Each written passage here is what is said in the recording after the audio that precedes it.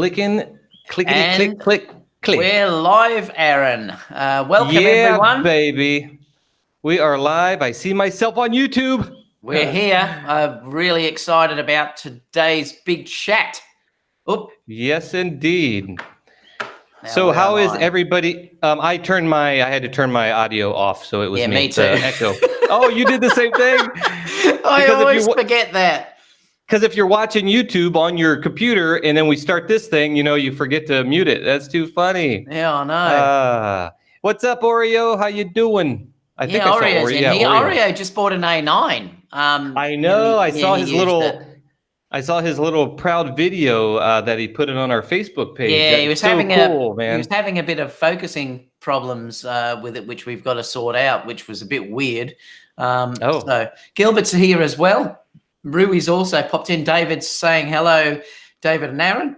What's up, David? Gilbert? Rui, David's here. Chris just popped on in. Hello, how are you doing? Hero, what's up, bro?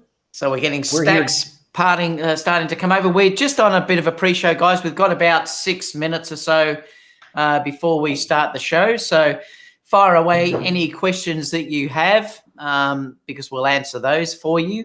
While we're on the pre-show, and we've got then a stack of stories that we're going to go through. I'm trying a different camera today and a different lens, so if anyone's noticed, it's a lot wider today. I'm using the Sony a6400, and I'm using my 16mm Sigma lens, so it's giving a bit of a lot wider look, so you can see my desk and everything this time rather than being a little bit up closer. I think that's good for like this YouTube stuff because when you're too too close, you can't really show stuff very good. And that's why I ended up going with I'm on a 27mm equivalent today, not the 24, but still it's wide enough to show stuff. So yeah, I kind of like that. Kind of neat. Well, I suppose this is 16. So what's that? It probably is about a 24, isn't it? With APS-C. This is actually 18 millimeters, which is like a 27 millimeters. Usually I have my other 16 millimeter, which is a 24, but that's in my bag over there. Yeah. And so can you tell the quality difference? Probably not. No, I can't. Probably not on YouTube. Yeah. The other one's like really sharp. So who else got popped on in here? Hey, Gilbert. Sizzleman's here, so he's said I'm having the same focusing issues on my A9. But now I noticed Oreo said that he's actually, I think he's fixed it because I told him, I said revert your camera to the original settings and then start from scratch. So that hopefully that's fixed it for him. Hey, you know what happened to me when I first got the X-T3 is I knew there was an update already for it. Like right when I got it, it was given to me, and I updated the firmware, and I went out for like the gym that I used to go to. I should be going. I'm getting fatter as the days go by.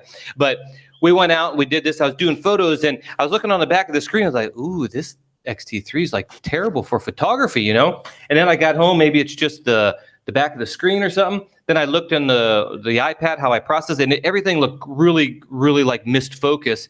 And what happened to me is, for whatever reason, when I updated the firmware, it just didn't like, I don't know what you call it, didn't engage or click or screwed something up. So I had to do what you just said, David, is I had to reset the whole camera. And then it was like, oh, there we go. Now it looks good. So I forgot to mention that to some people when I told them that the X-T3 wasn't as good as I thought it was in the very beginning. But yeah, something got weird in the firmware update or something.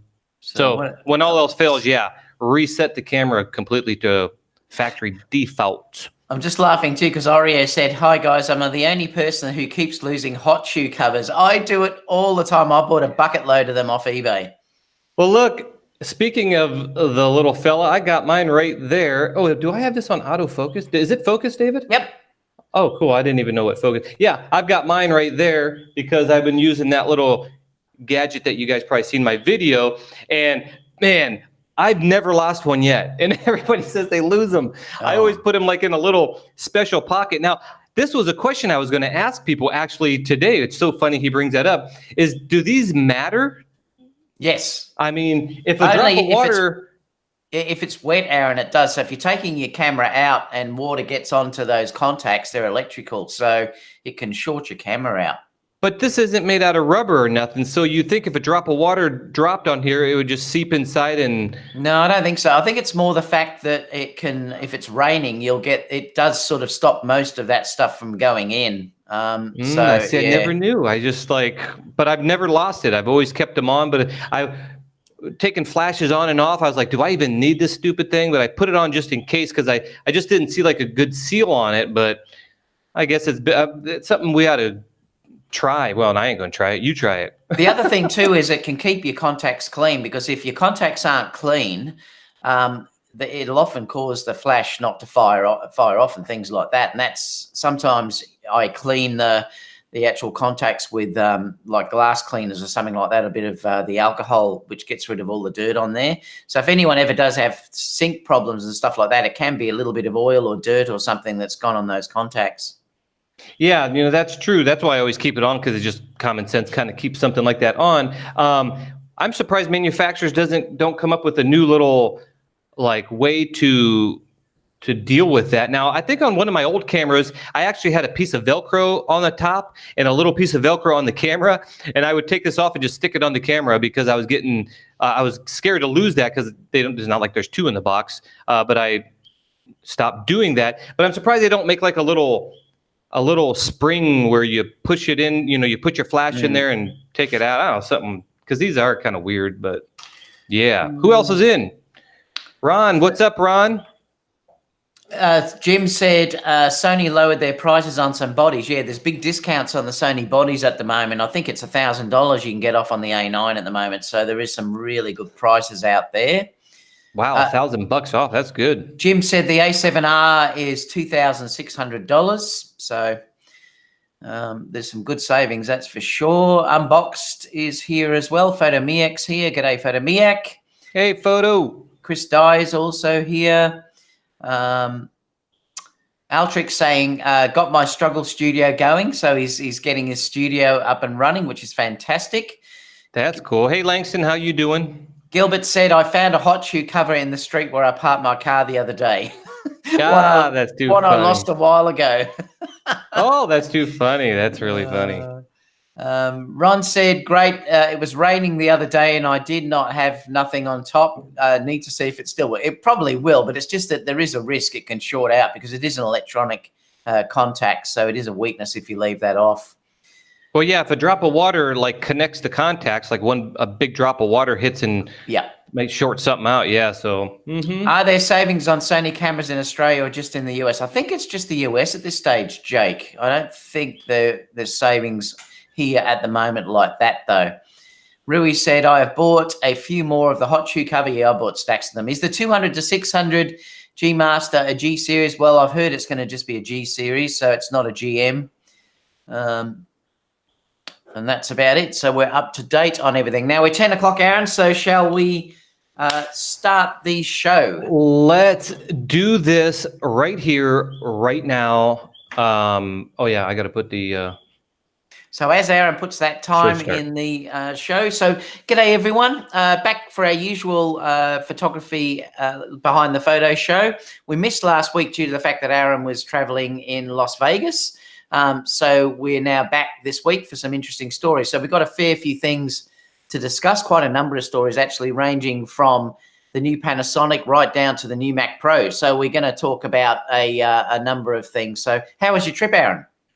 It was good. It was one of those, I was telling David earlier, it was more of a business type trip, and it was like run there, get the job done and run back. But I did have a little bit of time walking from, of course, you got to go eat and stuff like that. So I did 2 videos. I already finished one, and that's on this little mirror gizmo where you can vlog and see yourself, which was super cool and is a perfect timing because I actually got this in the mail the day I was going to Vegas. So I said, I'm going to review that in Vegas. And at that same time, I was planning on reviewing or basically seeing how the Fuji X1H does for vlogging. So it was like a perfect timing. And that's what I did in Vegas on the little spare time we had. It wasn't like a real vlog, which I'll be putting up in a few days, more of a test vlog just to try this all out. So yeah, I had a blast. And What was you doing over the weekend, David? Oh, I just had a shoot. I had to do a couple of shoots. I did on the weekend. Finished my last weddings. Also, where I did a wedding on the Friday and the Saturday. So that's finished now until August, I think. So because during the winter season here, the weddings basically just stopped. So I've got other things now to do. Just really doing reviews. So I've been reviewing a few things, like a few of these lights I've been reviewing that get sent to me. I'm a bit of a junkie with these. I love these little light things. So I've been. Oh yeah, that was cool. Yeah, I've been reviewing those. I've got another cheap tripod that I'm going to review, that I'm going to give away actually, once I've reviewed that. So I'll review that probably this week. I've got a big shoot this weekend coming up because I want to try out the Profoto properly, the A1X. So I'm going to take that out and review that. And I've also got Comic-Con that I'm going to go and I might go and try and do some shooting there on the weekend as well. So a few things happening. Sweet, man. Yeah, I like that little light you had. That was pretty cool. The only thing is I don't usually carry a pot around with me, so I don't know what I would stick it to if I didn't have the pot with me. But the thing was, it's actually... I was going to stick it on the fridge, but then I'd have to take the camera off and just show it. And I thought, well, what can I use? I was looking for something metal that I could just stick it on. So I just grabbed a pot. It's a great idea, though. No, it's cool because, I mean, I'm sure it would connect to a car or something like that because they're kind of making it more useful, not just for video stuff, but to probably help you out and just stick it anywhere you can. But that's kind of funny when you brought the big old pot out and I was like, oh, look at that. Pretty cool. Hey, Photo Mike Unboxed was talking about the hot shoe, you know, these little plastic things that go on your hot shoe. When you do they do anything, or do they really protect your camera? And David was saying, yeah, you know, if you have that off, you can get gook on there or watered. So that's what we were talking about. If anybody tried to throw some water on their camera, and if anybody's willing to try that, I'll be the first one to give you a thumbs up on your YouTube video about that, because I would like to see if it actually ruins your camera. Yeah, it'll be interesting, that's for sure. All right, so let's get started because we do have a lot of stories that we're going to get through today. So let me open up this first one because this is interesting for me because this is going to affect me. Where are we? Let me go to here, screen share, application, and it is this one. So let me just present to everyone. So this is really interesting. So I noticed the US requirements for visas has just changed. So obviously if you're a US citizen, it's not going to matter. But anyone that's thinking about going to the US, you now have to give all of your social media links. And this is including Flickr, YouTube, Instagram, Facebook, everything. So it's really interesting. So I suppose this is going to capture some bodgy people out that are doing some wrong things that they're going to probably get denied entry to the US. So seeing the fact that I'm coming out in February to meet up with all of you guys for a month, I'm going to have to go through this whole thing as well. But I noticed it's only saying here Flickr and I think it's just saying Flickr here, but I did read on another document just the other day that it is also Facebook, it's YouTube, it's Instagram, any social media sharing site that you have should be listed. And I suppose it's just a way that they can check what's going on. Someone said to me the other day that on entry into the US too, they can just check your phone, Aaron. Have you ever heard of that? Say that last one you just said. Someone was saying to me the other day that if you're entering the US, that they can just check your mobile phone. Oh yeah, they probably can. They can do anything they want these days. Especially, well, even if you're a citizen, you know, one of the things that they're not supposed to check your paperwork and all that stuff. But that's been swept under the rug for years. So if you're coming from another country, yeah, I'm sure they could do that very easily. But like this here is kind of strange because, I mean, if people know that and they want to come here and they are malicious type of people and they have, you know, accounts with anti-whatever on it, I mean, can't they just delete that? Or do they, I mean, I don't know. I mean, can the government just bring it up? So if you delete it, and can't they just like, give me your password and log on? I mean, are you going to say I don't have one? I don't know. It's kind of weird how they're going to get that, don't you think? I mean, what if they say I don't have nothing, or Who I was it I said don't here? understand Someone it. just said, I just read it then, that they were saying they can check anything on your immigration when you come in. It's here. Nivek said it. He said any immigration can inspect anything you bring in, including phones. Canada and US regularly do it.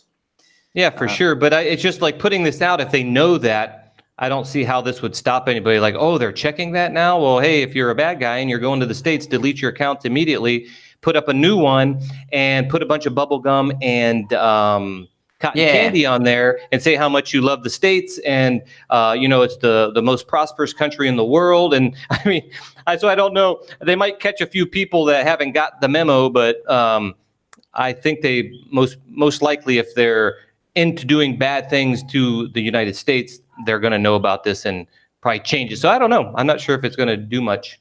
But Barry also said the US will also check your camera gear. I had an issue when I went to the UK last time a couple of years ago, and they, funny thing is, I'm qualified for an English passport anyway because my parents were English, but I should have gone for that way, because when I went into London, they stopped me and they said, "What are you doing here? Just a holiday or whatever?" And I had all this camera gear, and I think they thought that I was going in for work. So they quizzed me for about an hour, and I had to sort of say where I was going, where I was staying, what I was doing, and all this sort of stuff. And, I'm pretty sure that they thought I was going in to do some commercial photography work. And I suppose if they check your social media sites and then all of a sudden you've got on there, that you are doing this work or whatever, you could get caught out. So you've got to be careful what you say. And like I said, that's where I've got to be careful too about when I come to the US, because if they think that I'm coming in to do any work or stuff like that with paid workshops and stuff, they could deny me access to go in. I think that's what might have happened with Jason Lanier coming to Australia. He was stopped coming in when he was just about to board his flight from the US, and he got denied entry into Australia. And I think it was for that exact reason. So, you've got to be very, very careful with what you put on there and what you show, Aaron. Yeah, exactly. Someone said, I think it was Jim said your account's never deleted, and I understand that. But how would they even know? I mean, what if your name is on your passport, John Doe, but your Facebook thing was, I hate the United States? I mean, how would they? I don't know. I think you're going to find too that a lot of this stuff now, just because of the way it is, it's probably going to happen in most countries that you probably tend to go on to. I suppose the main thing here is they're just trying to get rid of radicalism, which I can totally understand. So anyway, it's going to be interesting. I just thought I'd mention that. So if you are like me and you are planning on going into the States, I am going to have to give every sort of social media link that I have. I'm not worried about it because I never say anything inappropriate or anything anyway. So it's, but you just have to be upfront about it, I suppose. If you get a bit shady, they might then also say, well, we're not going to let you in. You've got to be careful. Well, I beg to differ. I was on your Facebook the other day, and you look real shady over there, man. I mean, you look just like so shady. I don't think they're going to let you over here. Hey, before we go on, I always drink my coffee in a different place. Where are we drinking it today? We're drinking it in San Antonio. So if anybody's from Texas, hello, Texas. And we are drinking Starbucks. I think you call it Verona, nicely, freshly grounded in my own little grinder. Am I the only one that grinds their own coffee? It seems to taste a lot better. So we're going to drink that right now. And should we go to the next story? I can type it in there, David. Shall. Let me bring that All right. up. This is about the Panasonic. Oh, the Panasonic. Share the screen, application window, this. And it seems like Panasonic are doing a couple of really interesting things. This is the S1H. Now, it's the first 6K mirrorless camera. I suppose you could almost say Sony are shooting 6K because it's downsampled to 4K, but this is going to give you 6K output, which is the first time a camera has given us that in this range anyway. So it's called the Lumix S1H. It is full frame, and it's also using their L mount glass that's in it as well. So it's doing, you can do 6K 24p video recording. Oh my. Yeah, which is, like I said, I don't think 8K is that far away. I know for American stuff, we had discussions about that in one of the live shows, but here we are. 6K is already announced now, so I think it's not going to be long until we get 8K. It just says it combines video quality of professional cameras and high mobility of mirrorless cameras, and it's got a stack of features like it'll do. What is it, 6K 24p in 3:2 aspect ratio, or Yes. 5.9K in 30p with a 16:9 ratio. It says it'll also do 10-bit 4K 60p recording, and I believe that's internal Wow. as well. It's equipped with V-Log, V-Gamut. It's got 14 stops of dynamic range, and the camera will produce footage compared to what you'd achieve with a 16,000 Panasonic Cinema VeriCam. So it looks really interesting. It's got this really high-end, I think that's the Sony LED that Sony have produced, so they've probably purchased that because it's that 5.76 million dot OLED EVF, and it's got 120 hertz refresh rate. I'm sure the next Sony camera will probably have that as well. It's got 225 area DFD AF system. Again, I've got no idea why they keep persisting with that DFD. Yep. But anyway, they keep doing it, and I'm not sure why. It'd have a full HDMI port, and boy, I loved it when I had the GH5 and it had the full HDMI port. I hate Panasonic G9 the same. One. Yeah, hate that small port. Yep. Audio port as well, and microphone, headphone jacks. So it sounds really, really interesting. It looks like it's going to be an amazing camera. It's going to be priced around the $4,000 mark. And before I talk about like how Sony too have to answer this, and others will, I just thought I'd mention too in this other one that they've given a big firmware update to the S1 as well. It's basically become like a GH5, where you can now do 422 10-bit, 4K 30p internal recording, and 422 10-bit 4K 60p recording to an external recorder. So they've given a big firmware update to the S1 as well, which Panasonic and Fuji tend to, do really good jobs. But, this sort of makes me think more and more that Sony they have to sooner or later answer these cameras that are being announced on the video side of things. I mean, we've discussed before, Aaron, that I think on stills-wise, Sony are probably up there with anyone or better in most regards. But in video, they're falling behind. They are definitely falling behind Panasonic in the full frame, and they're definitely, and even the Nikon Z6 is way better in video than what the Sonys have at the moment. And your Fuji camera is way better in APS-C, Aaron. Yeah, exactly. So Sony's kind of getting behind. They've been riding the wave for a little while, but everybody's passing them up. I'm sure, they've got something in the works that's going to probably then just jump like they did with the A7 III. So I'm sure something's coming. As far as this Panasonic, man, if anybody was ever on my channel for the last 11 years, Panasonic was one of my favorite cameras to use. You suffer a little bit in quality because of that micro four thirds, but now they have full frame. But after having the Sony A7 III and now the Fuji X-T3, I can't go back to that type of focus. So like you said, David, I don't know why they don't change it. Now, maybe these cameras were in the works, in the plans, and they were building forward. And maybe this will be the last line, I hope, and they go to the next line with the great continuous autofocus that these other cameras have. Also down here, it says, I don't know if you said this, I might have zoned out for a minute, but they're hoping to have an 8K camera by 2020.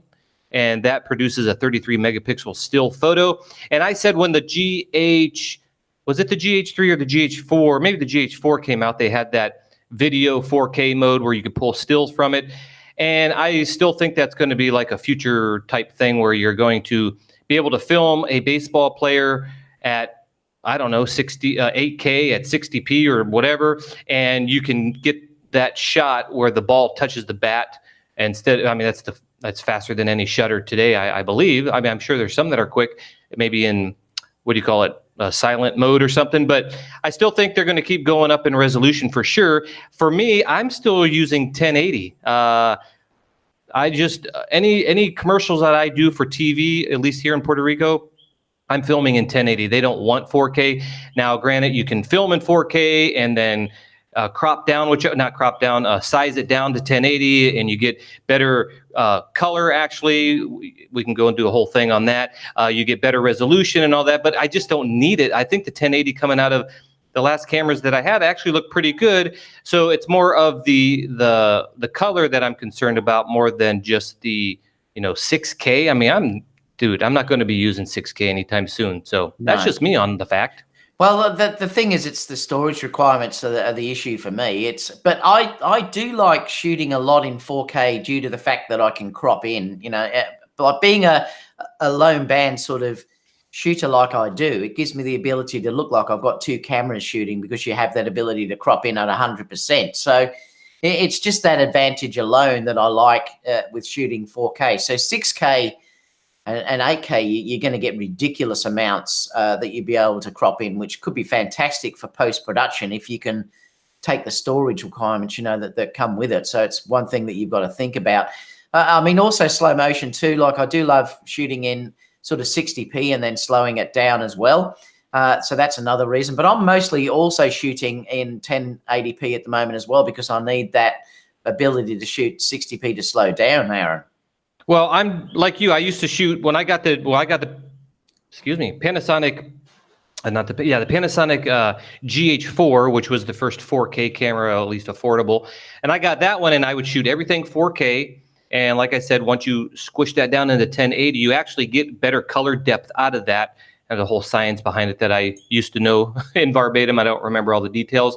And higher resolution look to it. And like you said, I would do crops and I would do panning. I did a whole video in 4K at the Biltmore in the Biltmore Estates, and it's a beautiful grounds they got there. And I shot everything in 4K because I didn't want to take my slider with me. I wanted to move really quick, so I would take the 4K shots of these cool bridges that they got there, like walk over type bridges, and then I would crop in and do like just digital pans so that the video is not always just like non-moving shots. Yeah. And that was really cool. So I do like 4K, but I hardly ever use it. And I think I would probably rather use a slider if I have the time and convenience, because you don't get the parallax as you do with panning in a 4K image rather than actually parallaxing a slider. So yeah, it's just something I just been shooting 1080 for maybe about a year and a half or 2 years now. Yeah, they're going to keep going higher. I personally don't need it. I mean, I've seen discussions going on here between Zoe Moments, G'day Zoe Moments, and Photomic. And I sort of agree what Photomic's saying. They're going to have to adjust something with the body size, I think, with the Sony cameras if they want to get up to these high resolutions. Because, yes, true. There's a reason why the FS7 can shoot such high resolutions. I think it's 4K 120 now. It's because the body's so large and they can get rid of the heat. Unless they do some voodoo with these processors that runs so cool that they can keep them in these small bodies, it might be that the A7S3 has a completely different redesign, and that's going to be the interesting thing. And I do think that's probably one of the issues why it's being held back at this stage, and they've sort of mentioned that before, I think, is that they obviously are trying to combat the heat that these sensors will produce. If you're dealing with that much processing, it's hard in a small body. You know what I had before? Like I've been building computers for a long time now, and when the processors were getting faster, this was before water cooled systems were for the average person, and I don't remember what it's called, but it's a little square wafer about the size of exactly the size of the CPU processor, and there's two leads coming off of it, and when you power those leads, that little wafer thing, I can't remember what it's called, actually gets really cold. And so, there is technologies out there that they could possibly put one of those. I don't remember the name. If you're smart and have a better memory than me, then tell us what that is. But they could probably put that into the sensor somehow, so it's an active cooling without having water cool, just with electricity. And it got like really cold to the touch, and it brought the temperatures down a whole bit. So there's technologies out there that you can keep a camera the same size and, wait for that thing somehow on the back or whatever to keep it cool. So I bet you they'll come up with something for sure. I mean, they're not going to be, the cameras aren't going to get always bigger and bigger, but as of now they are. But Sony might come out with something cool like that, like you just said, some voodoo magic, or that little thing I'm talking about that can bring temperatures down but yet still keep the size. And that would be kind of the cool thing that Sony can come out and says, hey, look, we're shooting 6K, the body's still small, never again overheat. You know that Panasonic too is 6K continuous recording, which is kind of cool. There is no limit on that one. I don't know if you mentioned. No, well, I think that the other thing too is I think it's definitely a factor of I agree with you. I think eventually, once we get up to 8K cameras, you will then just be grabbing stills from those images. I mean, you can't use flash with that, of course, but all you have to do is you're just going to be pushing the shutter speed up, and then you'll be able to just take whatever image you like from that. And then, I think the days of, particularly if you're doing events and stuff like that, where you're using still images, probably will disappear in the future. I mean, I think that's definitely the way it's going to be. Zoe Moments also said that he's talking about the NM. Yeah, the dies on these processors, as they get smaller and much more efficient, they do run an awful lot cooler. And that's probably what they've done with the A6400, for instance, that I did that overheating test in 100 degrees and it didn't overheat. So they've definitely improved those cameras compared to the other ones. So they are doing some things in there as well. But I suppose at the end of the day, you just can't beat physics. And if you're going to run, say, these massive resolutions in full frame cameras, the body is probably going to have to be bigger, something like what the S1 is, SH1, which is a big body. I mean, it's definitely very large, definitely a lot bigger body. And I think Sony eventually just going to have to say, yes, well, we might have to go that way if you guys want these higher resolutions. So, yeah. And Carl and I missed it. Carl and Steve is telling us the name of that little thing I was talking about. It's the Pelter effect, I guess. It's taking that little wafer thing and adding electricity to it, and it gets really cold. So they might do something like that one of these days in cameras, but it might cause condensation, which might be an issue as well. I'm not sure. All right, so let's go on to the next story, which is this ND system. I wanted to talk to you about this. I'm not sure if I like it, but anyway, we'll talk about it. But this is a new system I've seen. I've seen a couple of YouTubers showing it around with a little hinge that comes over the top. And I suppose in one way this is good because you don't lose it. But I think if I'm going to work this way, I'd prefer to have a magnetic one that I use, which is you just attach a magnetic ring and then you can, just drop it in and off. I'm not sure I just like the way that this looks, and I'd be probably tending to bash it and knock it and things like that. But it's an interesting system that is there, but I just don't know. I'm not convinced that I like this. I mean, it's an interesting concept. I suppose there probably will be a use, and I'd love to know in the chat whether you guys think that you'd like to do it this way. But it's called, I'm just scrolling back to the beginning, it's called the Ultra RFS. So it's a hinged filter adapter that swings out of the way, and obviously you can push it up the top and then fold it right down as well. What do you think about these, Aaron? Do you like the look of this, or? I was looking at that. I think it's probably the fastest thing you can switch in and out in. So switch off and on. Even the magnetic ones, you have to take them off and put it in your pocket or put it somewhere or whatever, and then pull it back out of your pocket or bag and put it back on, and you might get it all, the magnetic ones all smudgy if you're working in a fast paced environment. This is kind of cool if you are doing events and you're going in and out of outside and inside, because then you can just get your exposure by getting that variable ND to where you need the exposure. Then once the bride and groom or event or whatever moves on the inside, you can flip it up and not have to worry about taking it off and throwing it in your bag. So I could see it very helpful, as long as it's nice and tight on there and it doesn't spin or wobble or something. I think it's a pretty cool tool for people that need to get it quick.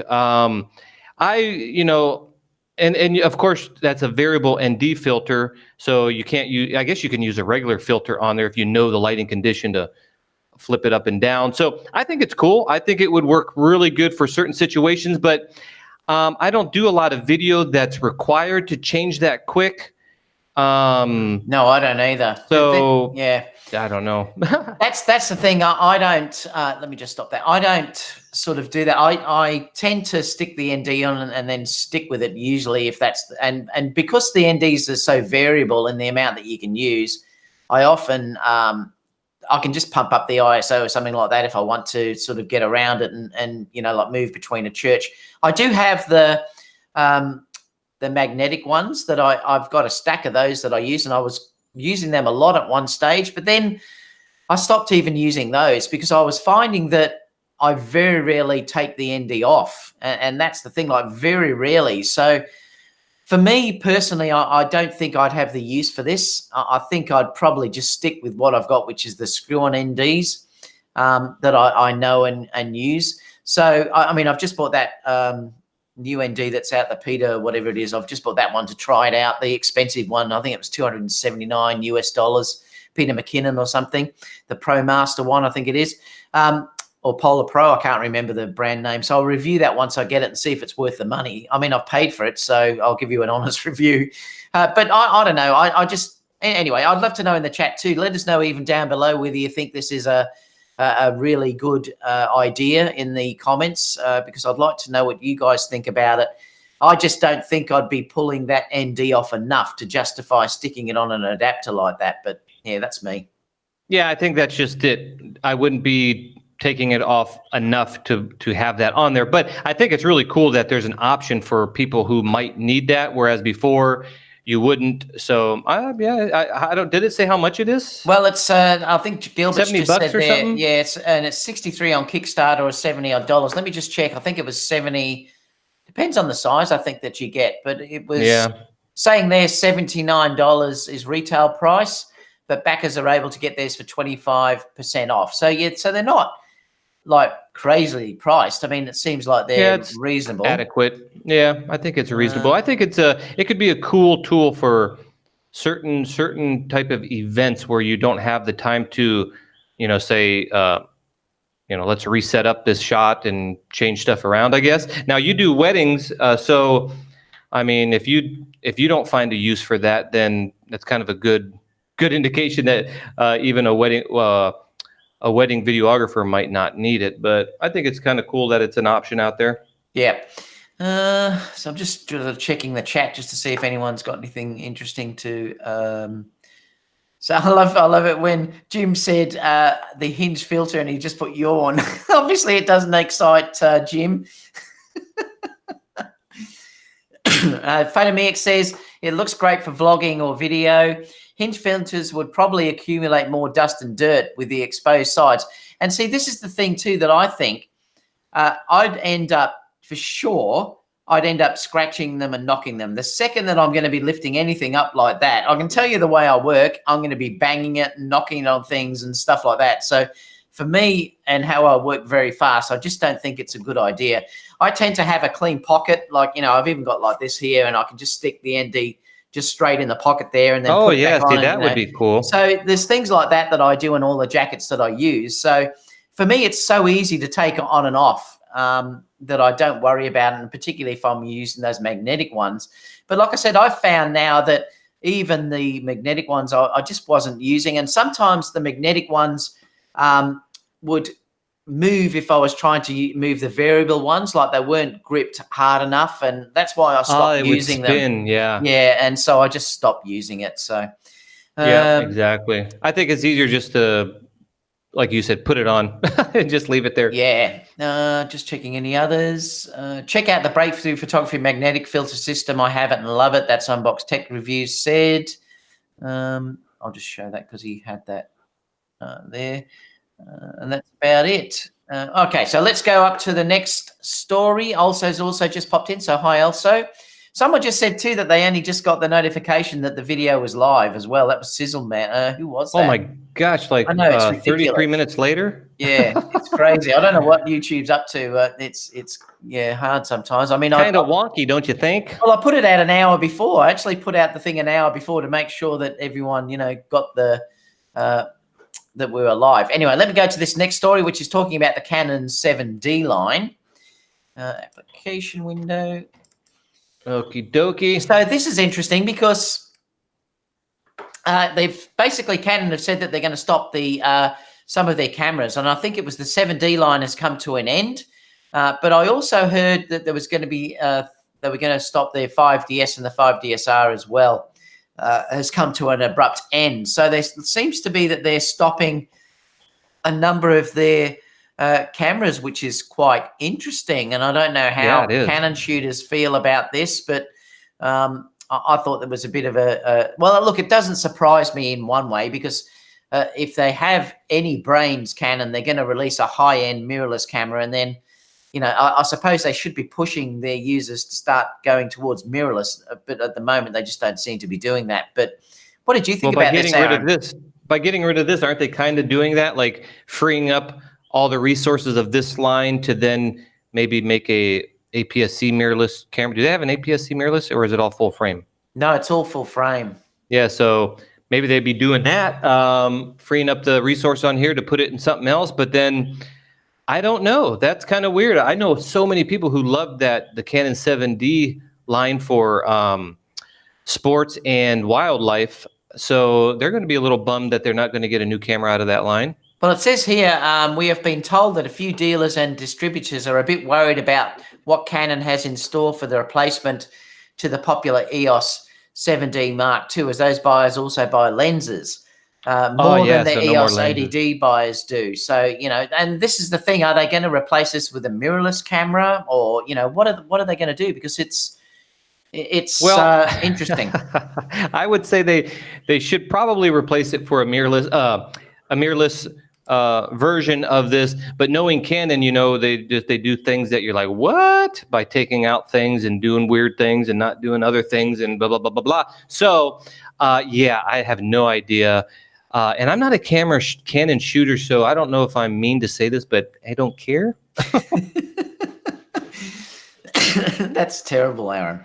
I don't care. The interesting thing too is I love Carly saying the EOS RP will be marked down to $50. Oh wow, yeah. You thought I was bad. I mean, it's you know, I think Canon have to lift their game. Let's face it. Look, what they've done recently with the releases have been very, very mediocre. At least Nikon have brought out decent cameras with the Z series. Apart from, you know, like I said, I've discussed before with the dual card slots. But, you know, it's crazy what Canon have got so far. And they've got this amazing glass with no camera that can really match the glass that's out there. So that has to be changed. But, yeah, they may have to release an APS-C version as well. So, but let's face it, the mirrorless is the future. And you know, perhaps that's the thing they're going to move over to. But you'd think that they'd release something first before getting rid of those cameras that are there already. I can't tell you how many, now that I'm a Fuji user, so I pay attention more to Fuji stuff and forums and all that stuff. So many Canon people went to Fuji. I don't know what, I'm sure they went to Sony as well. But my gosh, every like article is like, oh yeah, I'm at Fuji now and I had Canon. So man, they are really dropping a whole bunch of people to every other brand. So I don't know what they're going to do really. And then I saw a thing the other day about that if you buy a certain camera, you get I don't know whether that's what Jim was talking about, the digital photography certificate or something that comes with it, that you're meant to be a professional or something. I saw that the other day somewhere. Yeah, you got a certificate or something. I don't know whether it was a fake news or whatever, but I can't remember where I saw it. But it was a story somewhere that if you bought a certain high-end Canon camera, that you also got a certificate with it. Oh, that's too funny. Well, we'll be talking about a little bit of something like that later, right, in the show? Yep. All right. So let's go to the next story, which is talking about the Mac Pro. Oh, my, this thing's ridiculous. I know, it's crazy. I mean, look, I have the last version of this. I've got the trash can. You got that? I was going to say, you got the trash can. You bought it. I have. I've got that. And the interesting thing is that I love that. And look, it really has served me well, but there's no way on earth I'm going to be buying this machine, because it's just the prices now have just got to the point. Look, I can understand what they're doing here. And I think a lot of YouTubers and stuff are slamming this the wrong way. I don't think this machine is meant for YouTubers or photographers or just graphic designers. This machine is meant for high-end animation for movie studios and things like that, which would be amazing because apparently fully spec'd out, this machine ends up being about 60,000 United States dollars. So that's the fully spec machine. But I saw Max Uriv do a review on this morning, and he was saying to get a decent version of this, which is better than the iMac, you have to spend $9,000. So, you know, and I just don't think it's worth it. I mean, I know you can upgrade it, but then there's no guarantee that the upgraded parts will work in this due to the power requirements that have come out for this Mac Pro. The design, everyone's calling it the cheese grater, which cracked me up. I mean, I got the trash can on my one. Trash cans and cheese graters. Yeah. I like the design, actually. I think it's quite beautiful, but it's certainly not designed for an everyday user, that's for sure. So I think it's something that, you know, a lot of photographers aren't going to get. It starts at 6,000 US, so it'll probably be 10,000 Australian or some ridiculous figure. But that apparently the 6,000 version of this is not as powerful as the iMac Pro or the higher end iMacs, the 5K iMac that's out. So it's a very low spec machine. So really you're paying $6,000 here just to get the case, really, with some basic components in it. Then you have to spend the extra money to up the RAM because, for instance, it's only got, I think it's only got 4 modules or 6 modules in there, but to run this, I think you have to have 6, and they've only put 4 modules of RAM in. So it's not going to be running perfectly at the beginning either.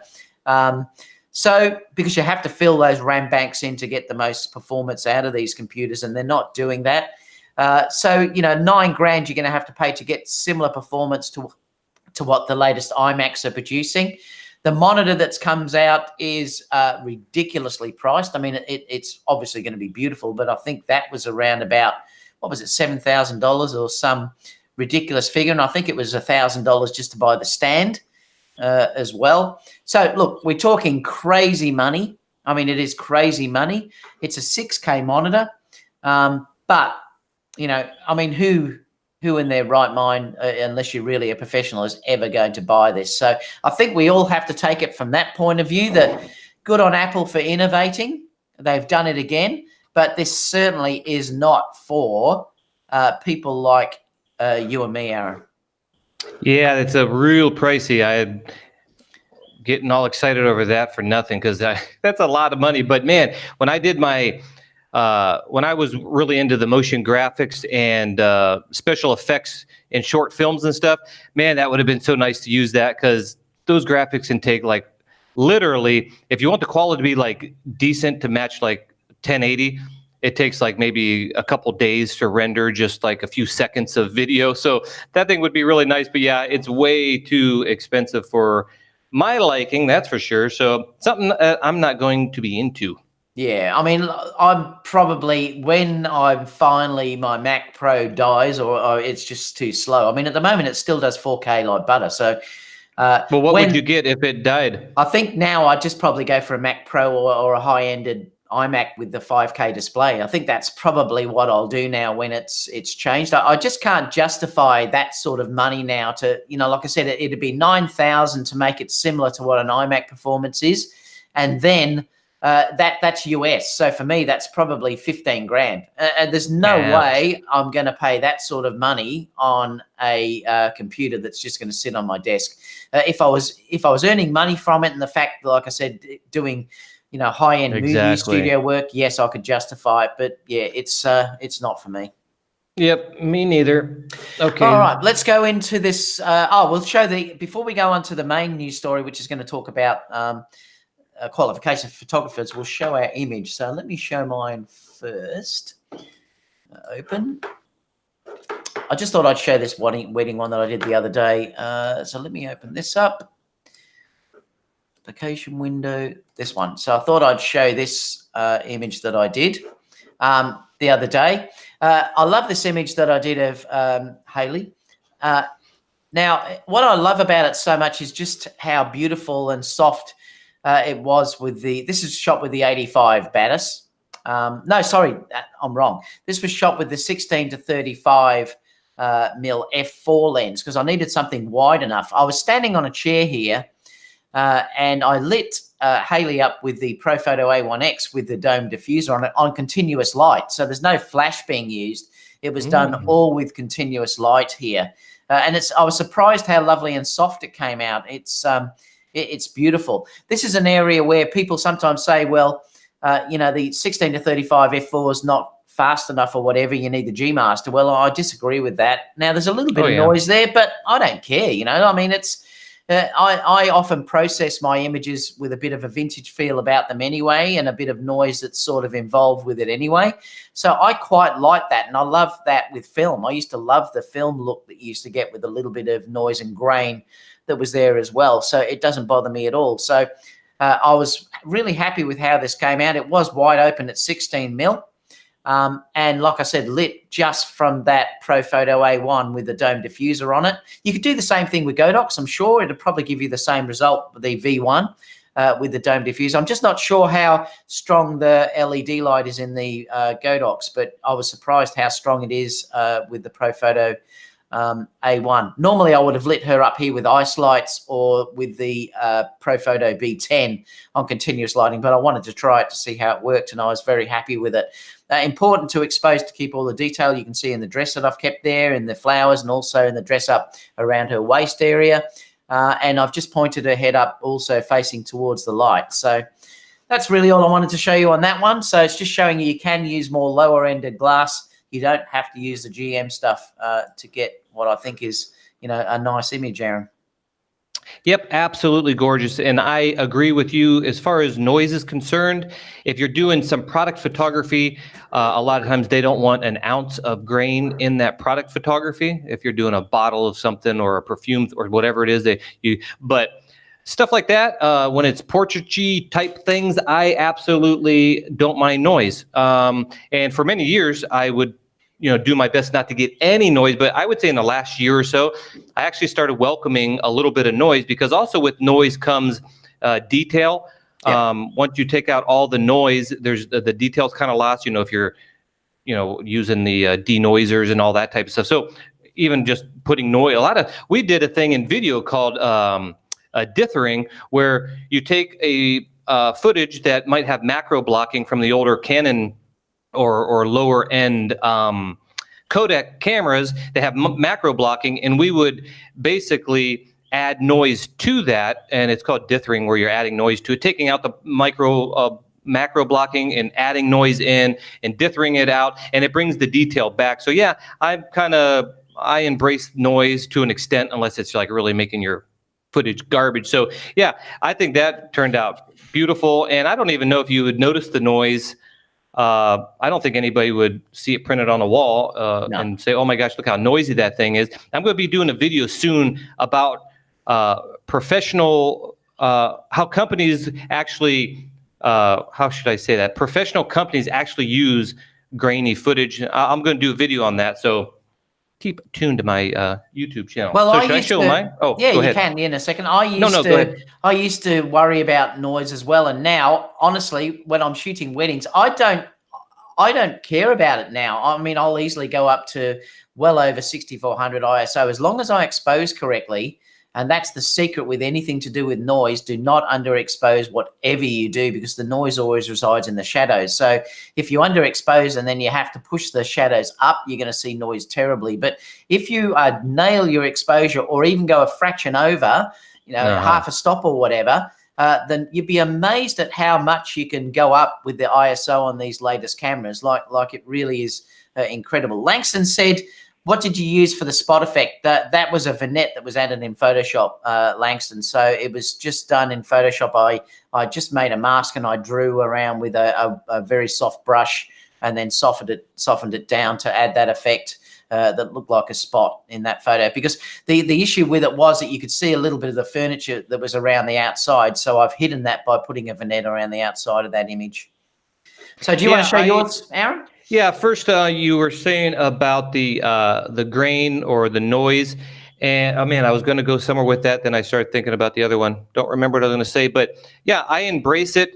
Oh yeah, a lot of new people that I've seen, like they'll ask me questions on YouTube, or why does my photos look, grainy or crappy or something like that. And that's just it. They're so scared of raising the ISO because of noise, that they're so scared of that they're actually underexposing their photos. And I've seen this several times of people asking me, how'd you get it so clean at 5,000 ISO when I took a picture of like this little bird comparing stuff, whatever. And it's just because, like David said, if you expose properly, or more better to overexpose by a third of a stop or half a stop, I mean, you almost don't even see the noise. You zoom in, it's like, wow, that was at ISO 5000 on APS-C camera. That's like, it looks amazing. It's because we're exposing properly, where so many people are underexposing because they say, yeah, but I don't want to slow the shutter speed down because of motion blur, and I don't want to crank the ISO up. And then they're getting these underexposed images, and then in post they're bringing the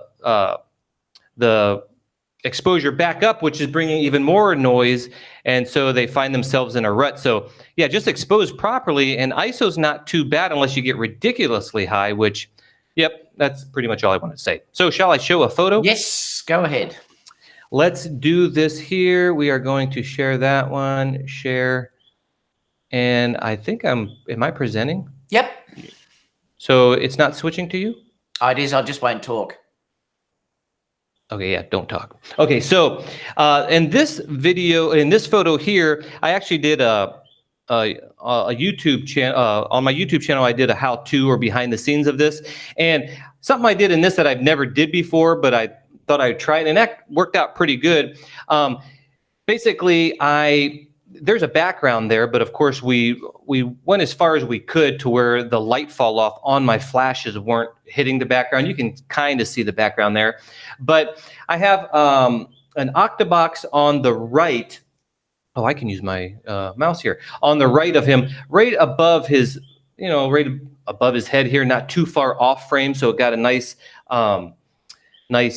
soft, large light source. And then far behind the left of him, you could see the hair light or the rim light shining off. That was just a bare bulb using Godox flashes at the time. I think this was the Sony A7 III with the Sony 24-105 f4 lens. And one thing when I was doing these photos, the light fall off was making his legs too dark. So what I ended up doing is just laying umbrellas, like just in their open form, I guess, and put it close to his body down here. And I'll show you a little quick photo here in a second how I did that. And just the light coming from that rim light and the light coming from the octabox above him over here would just kind of bounce off of the umbrellas just laying on the floor, splashing the bottom half of him with light. So that's the first time I ever seen anybody do that. I'm sure people are doing that. I don't know. I've never tried it, but it actually worked. And that's basically how I did that shot. So if I'm going to go back. I'm going to undo this, David. Yep. Okay, so here is, I don't know if we'll ever be able to see this, but this, I don't know how that will show Yeah, up. that's okay. But basically, that's me here, and you can see the umbrellas on the ground. He was standing right here, and this light would kind of reflect off that, and the hair light would kind of reflect off here, and just kind of bounce light into his legs, and it actually kind of worked. So if you want to see more on how I did that, you can go to my YouTube channel and actually watch the full video on how I set that shot up. I sometimes use, I've got this massive sheet of silver reflector that I just lay down the front, and it often gives just enough light bouncing off to hit the legs. And it's basically off one of those big, the massive reflectors that you can hold, the really big ones. So it's a silver reflector that you can use on that. And I just lay that on the floor, and that gives enough spill back to get the legs.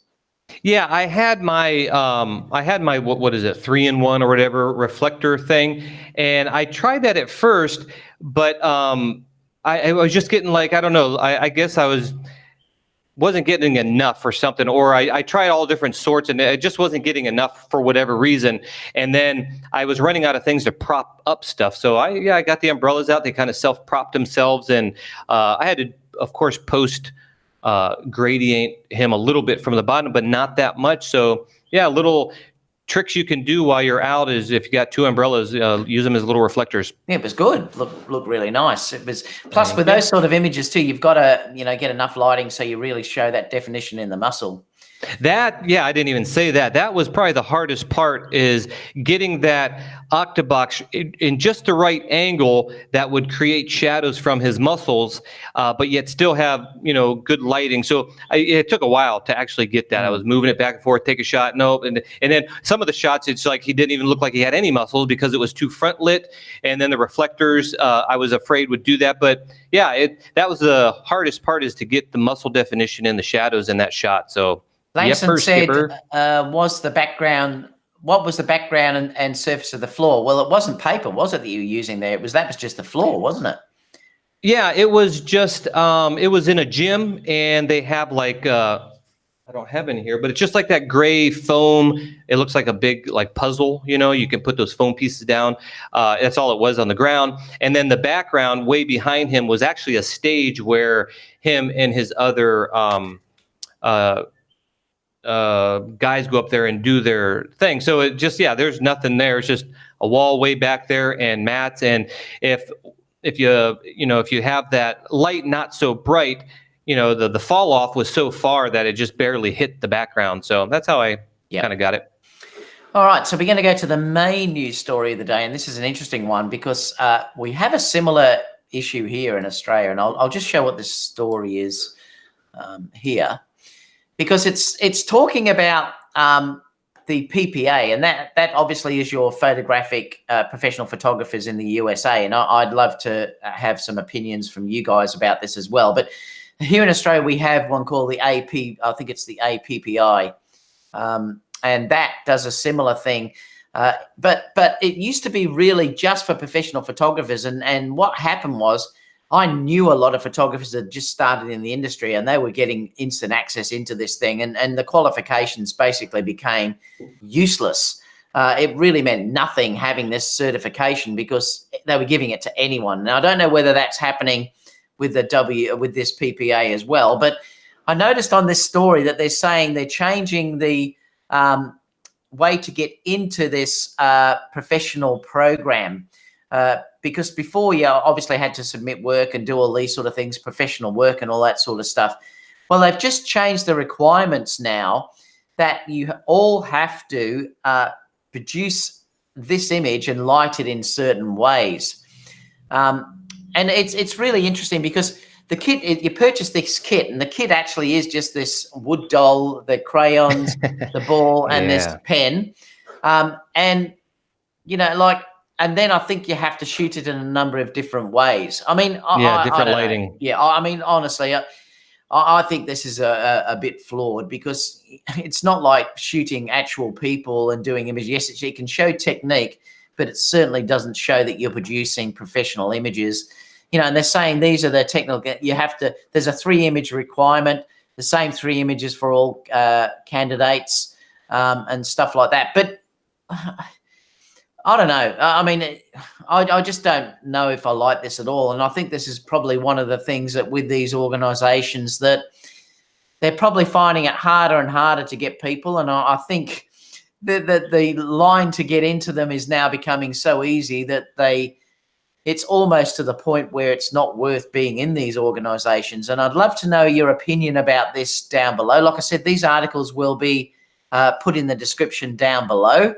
But what do you think about this as instead of producing beautiful work, having to submit it and have people look over that work to make sure that you're producing professional work in different environments, just giving you this to prove a technique? Well, you could probably learn this technique in 5 minutes and then submit them and then get accepted. I don't know about this at all, Aaron. I'm not comfortable with it. You guys may know more about this association than what I do. All I can talk about is the Australian professional photo. I think it's let me just Google it because I think it's the APPI. Well, I think they just dumbed that down, didn't they? For everybody? Well, I know, and that's what what do you think about it? I mean, do you think is it now useless? I mean, is it something that you think? Have you ever been in these organisations, Aaron, or you've never bothered? Well, no, when I first started photography, well, I'd been doing photography since I was 14, but when I decided to do it like a professional type thing, I actually looked like my wife said, "Hey, do you need to be certified to do this or whatever?" So I looked into this. So I'm very familiar with looking into that. But then I was like, I did, I mean, I did video for an international TV show. I did video for Univision. I did video for Intel CPU company. I did all this stuff with no credentials at all. I just I self-taught, read books and all that stuff. This is kind of learn a lot, most of the stuff before the internet and YouTube and all that. So I was self-taught. So I said, why would I need to, be certified to take photos of somebody? And is anybody going to care? Well, I haven't did that, and I've been doing this for like photography for what, 6 years or 7 years? That time's going by now, and not one person asked for a certified thing. So I didn't go for it just because I was already doing video uncertified. So I just felt like I didn't need to do it. However, with this new thing of, like everybody's complaining about, people doing free work and not getting jobs, and the market is crumbling because of newer photographers are taking next to nothing and all that stuff.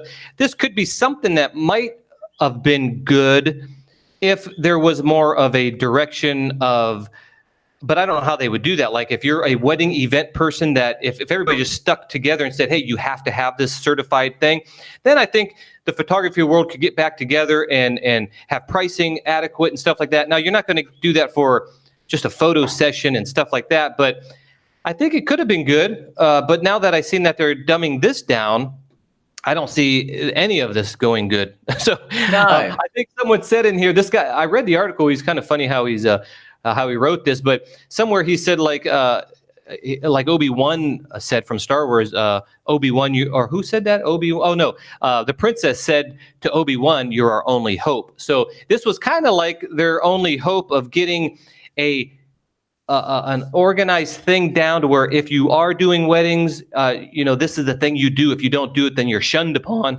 But I don't see it going anywhere now with this weird, take a photo of a stick figure and crayons. Gilbert said they want to see what you can do with minimal gear or whatever. But I think the best thing is to submit your website with your company logo or your name, and they look at your Exactly. past work and go like, wow, this guy, you're running now around doing weddings, doing that type of work. That's pretty crazy. You're running around the Andes out there getting photos of that. And I mean, that would be, but taking a photo of that, I could say, hey, you know what, Aaron, it just shows to me it's like doing karaoke when you're singing. Every image will look exactly the same. And what has that got to do about anything about art? Well, what if I lived by David and I said, hey, David, I don't know really how to use a flash or whatever, but I got this kit and I want to be part of the PPA. Can you help me do this photography real quick? And can I borrow your flash and get this thing going so I can turn it in and get my PPA certified? I mean, what? But you go. So I think it's ridiculous. I think it's absolutely stupid. And I think they need to look at one's portfolio, even if it's a short portfolio. If you've got like 500 photos and you know what you're doing, then it's like, wow, that guy's good, even though we just start. So yeah, baloney. Yeah, it's just, I just don't understand it. I really don't. Like I said, I've only ever had one bride that asked me if I was a member of the AIPP. I mean, this is the Australian one, which I'll show you. Where are we? This is the Australian one. So that's the Australian one there. The Australian, I don't even know What do they require? Do they require a bogus stick figure person and crayons? No, they don't. But the thing is, it's meant to be, I think you send a number of images in, you have to be sort of sponsored by someone that's in there. But I know that was flawed because I used to see people that were accredited by this organization, and I know that they had only just started doing their photography and their work was not good. And that's why I never joined it, because I thought, well, if you're getting people like that in there, what's the point of even joining it? The only thing I probably would join it for as well is because they have some great workshops and you get cheaper workshops by being in it and stuff like that. But when you start to see, and just recently, I think the whole board resigned because there was issues with certain things going on behind the scenes here, which all these organizations can be so cliquey and, and things like that the whole board changed, and whether they're now starting to be a little bit more professional in who they take in there. But the whole point for me was I had one bride that asked me, she came to me And she said, David, are you a member of the AIPP? And I laughed. I couldn't help it, actually, because it's the first time anyone had ever said that to me. And I knew the type of photographers around me that were in there. And she said, why are you laughing? And I said, because, well, what does it mean? And she said, I was just told to ask that. And I said, well, that's funny. did you look at my work? And she said, yes, I love it. And I said, well, why does it matter if I'm a member of the AIPP? And then she went, oh, and she booked me. Yeah, see, that's just it. I mean, it's you for these sort of organizations, it should be based on the work that you produce. It should be based on the portfolio that you've got to show your art, not on a stick figure that can show that you're skilled at lighting. Because like I said, it's just like singing karaoke. Anyone can go into wherever and sound or try and sound like the exact same artist, but that doesn't prove anything. It just shows you can mimic something. It doesn't show that you can produce art. And that's the thing. I think these things should be based on merit and what you can produce. But it's typically going down this avenue of everyone's a winner, that I hate this political correctness that's out there, that everyone's a winner. We'll let anyone in as long as they can produce this mania thing. There's no thing for excellency. There's no thing for being outstanding in what you do anymore. It's like our schools just give awards to every person that does the sports because they're all winners. And, I hate it. Careful, Davey. You're going to get a lot of hate for that. Oh, well, whatever. Yeah, I don't care either because it's true. They dumb down everything so everybody can have the same opportunities. I think you got to have some standards to let the real talent shine and all that stuff. So I agree with you. And I just think this is bogus. And like I said, I got jobs before without having any certification. So I don't even think it's a requirement. However, if they were to do it right and the photography community were to just buckle down and say, okay, let's have some standards here, wedding organizers and all these things kind of have a standard, like when you're selling food or something where you have to have a certificate. I think that would be kind of cool. Like, again, they kind of failed by now being even easier to get one. So, well, this is the thing. It just seems to be dumbing everything down all the time. And I hate that aspect of it. It shouldn't be. These associations should be all about professionalism and really, like making it hard to get in, because if it is like that, it gives it more credibility. When you see every photographer that can stick one of these logos on their, their page, and then you look at their work and it's terrible, well, it loses all credibility, and that's the problem. Yeah, it's just it doesn't stand for a quality standard anymore. Yeah, so that's about it anyway. Casper just saying, how do I like the 24 G Master? I'm loving it, Casper. It's fantastic. I've really enjoyed it. I've used it in a couple of videos just recently and really enjoying that lens. I've sold a bit of gear over the last few days. I've sold a couple of things which may shock some people. I sold my 35 1.4 yesterday, which I loved, that lens. I've sold the Wait, you sold the 30? Why'd you sell the 35 1.4? Like you were a 35 80? I've changed since I've started shooting with a 24. Oh, that's too funny, huh? You know what? I did that a long time ago. I only shoot with the 24 and a 50 and maybe like an 85-ish, 90-ish type thing. So so you got rid of the middleman. Well, Yay! The thing is, I sold the 35 1.4 yesterday, and I also sold the 35 f2.8. And I'm trying to sell my 24 mil 1.8, the APS-C lens, because I love this Sigma now so much. So I've got that on the market, and I'm also selling my A7R2. Oh my gosh, you're selling everything. Why don't you sell them all and just keep the 24 mil? That's all you need. The thing is, the point that I'm trying to think, I'm just starting to hoard too much gear, Aaron, and I'm not using it all. And I think it's just stupid having it just all sitting there. And so I made a conscious decision to say, well, I'm going to get rid of what I'm not using all the time now, because it's just sitting there. Plus, if I get rid of my A7R2, then when Sony come out with a new camera, I can also have the money sitting there ready to go for that. But I've got the A9, I've got my A7 III, I've got the A6 400 and the A6 500. So, it's just got to the point where I think I'm going to try to go a little bit more minimalistic. I've got the 24 mil G Master that I love, and I've been using that lately. I adore it. I've got the 55 1.8, which I'll keep. I won't be selling that. I've then got the Baddest 85, the 135 mil So I've got plenty that I can still shoot with, but I'm just getting too much lenses, Aaron. Yeah, well, speaking of minimalistic, I mean, I've been minimalist. I've been like that for a long time, and this is basically my Fuji lineup here. I mean, this is like, I've tried 17 lenses or so many, but these are like the ones that I use all the time. And this is I'll say it in the full frame. Well, let's just say 16 to 55 millimeter, which is a 24 to 83 millimeter. That's like my Tamron 24 to 75 replacement for this system, but yet it's 24 wider and it's 83, so it's longer, f2.8. So that I could do like most everything with that. And then I always have this is a 35 millimeter f1.4, which is, I mean, this is just, these things are so small and light. It's the nifty 50, throw that in a bag just in case you need low light or you just want shallower depth of field than this thing here at equivalent focal length. And then for portraits, headshots, and just about everything that I can try to take, this is the Fujifilm 90 millimeter f2.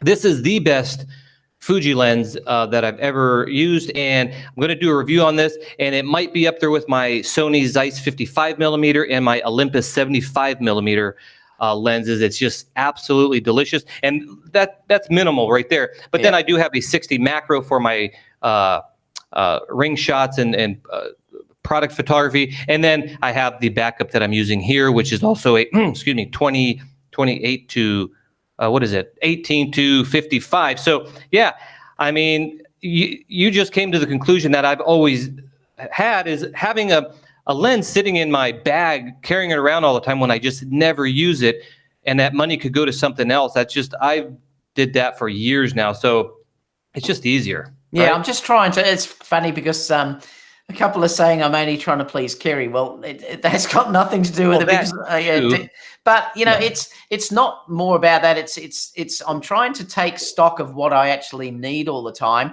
and I'm finding. Look, I did love the 35 1.4, but since I've bought this, I mean, I'm always honest with you guys.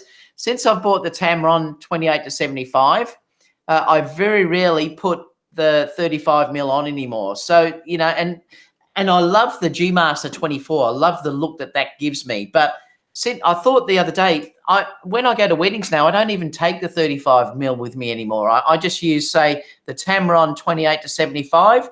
I'll be taking the 24 1.8, 1.4 if I need something a bit wider. And then I'm either using the Batis or the GM. This thing, I'm going to be using this more and more because I adore this lens. The 35 I absolutely adore, and I've still got the 70 to 200 f4 if I need it. But I was ending up having all of this gear that was just being left at home, not being used, and I thought it's just crazy having all this stuff. I might as well get rid of it and then buy something else that I may need. And because I'm doing so much video now, I hated using the 35 mil because it was so heavy. That 1.4 was a really heavy lens. And having it on the gimbal just didn't work, whereas the 24 works beautifully. The Tamron 28 to 75 is amazing for that focal range. Yes, it's only 2.8, but that's perfect for what I do in weddings. So I just made this constant, I just made a decision to try and go a little bit more minimalistic and get rid of some of the gear that I've got and preempt some of the things that I may buy in the future. Yep, same. I did videos and showed of photo sessions that I used just a 50 millimeter, and like you said, when I had that Tamron 24 to 75 on the Sony, that lens right there just got my whole thinking different, and that's why I have this equivalent, but it's wider and longer. Is you can just do I could literally do 100% of my photography. Of course, if you're going to do a headshot at 83 millimeters, maybe it's not super ideal. That's why I have the 90. But just like you, at a wedding, you could run around, especially if you're using flash and all that. I mean, you just can't. You can do everything with that. So it's very minimal. And this is a super sharp lens, actually sharper than that Tamron and sharper than some of my prime lenses. So, yep, minimalize yourself. Is the way to go in my book. Yeah. So just to go through a couple of these questions, Carl said you should try and get the Samyang 85 1.4 to test. Yeah, I'd like to test that lens. Tony said, what setup do you recommend with the A6-300 second body to the A7 III? I have a kit lens and various full frame lenses. Well, I can tell you that I adore the lens I'm using now, which is the 16mm Sigma. I think that's a fantastic lens. I also love, I haven't got it here, I also love the 10 to 18 millimeter lens as well for a wide angle lens on the A6-300. So they're two lenses that I can recommend for that. Casper said, don't do it, you'll buy something else. Well, I probably will. Long Rider said, the Fuji fanboy is a strong one. I love it. What else? Gilbert says, respect you, David Oakley. You can only use so many lenses. And that's the thing. I just got so much value sitting there that I was very rarely ever using. And I just thought, you know what, I'm going to do something about it. And I completely agree with you. Get rid of some that, even though I loved it, I just wasn't using it enough to justify to keep it. Torben says, and you can use the 24 on the A6-400. You can to get 35. Exactly. Right, Torben. Oh, that's cool. Good idea. What else? Zoe Moment says, David, what do you use for the macro? I just use the small Sony macro, which is I think it's the 35mm 3.5 or something. And I love it. That is a fantastic lens, and I adore it because it's so small, really easy to use, really incredibly light, and it works really well. So that's what I'm using for macro. You had that lens too, didn't you, Aaron? Which one was that? The 35 Sony one. I think you got that at one stage, didn't you? Or you didn't? No, I never had that one. Oh, I thought you had this Sony 35. No, Someone else did. I was never into the 35 millimeter focal length. I always had the... this was the macro lens that I had. It was a small macro APS-C lens. Nope, didn't have that one. Okay. Oreo said the 33.5. I love mine too. That's the 30mm. So that's about it. And that's about all we've got today, Aaron. So we're just about the end of the show. Before we go, let's talk about the Facebook. Oh, yes. Let me show that. Photography, videography school. Love it if you could give us a thumbs up, guys. It just helps get our page out there and our weekly shows. The photography, videography show, if you can, or school, I should say, just make sure that you do put the and, as you can see up here at the top. If you put that little ampersand or whatever it's called there, that's what you use to get in. Let me just put that back down again. View actual size. It's a great site. We're up to around nearly 4,600 members, so it's really starting to grow quick now. Great site, guys. You can promote anything you like on there apart from selling. Well, I've made a thing where I don't want people to sell gear on there because I think it's just, I'd like this more to be related about the art and things like that. So there's no gear selling things on there. But apart from that, the only thing you can't do is go live to it. That's just for me and people like Aaron and stuff if they wanted to do it. But it basically, you can put everything on there, your web pages, your Instagram feeds, share your videos that you're creating, your YouTube channels. Anything you want to save can be shared on here. And it's got a fantastic group of people that just keep posting. It really is good. We have great discussions about memory cards that were on there today. Jesse was talking about setting up stuff from Tether Tools. We really have some amazing stuff that's coming up, and it's, like I said, a lot of people are sharing their videography on there as well. It's a very positive site because if anyone tries to be a prima donna, like they are in most other sites out there, they're going to get one warning and then they're going to be booted. So if someone is nasty, aggressive, we don't want them there, basically. And that's why I'm trying to say, that we'd love some more females to jump on board as well.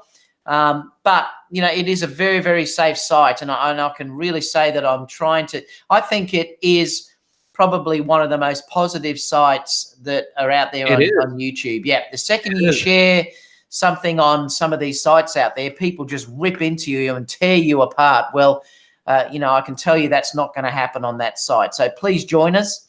There. It's really is a wonderful site, and it's an extension of like Aaron and myself's YouTube channel. So exactly. So next week the show will be on Aaron's channel live. So stay tuned for that. At the same time next week. So stay tuned for that. Obviously, if you haven't subscribed to Aaron, please subscribe to him. And I'll have another few videos up this week as well. I've got some quite interesting stuff to share. Thursday, I will be back with the live Sony Alpha News and Rumors show, so stay tuned for that. What have you got coming up, Aaron? Just going to finish up that Vegas is the Fuji X-H1, make a good vlogging camera. So I'm going to be putting that up. And then after that, I've got a few videos about noise and all that stuff. So hopefully keep myself busy doing some more YouTube stuff. Beautiful. All right. So we'll see you all again. If we see you all next week, obviously for the same show next week. Apart from that, guys, that's all there is today. So have a great evening or day ahead or whatever you'd like to do. I'm going to go and get some coffee now. And we'll see you all soon for the next video. So bye, everyone. See you later. Thanks for stopping by. See you around.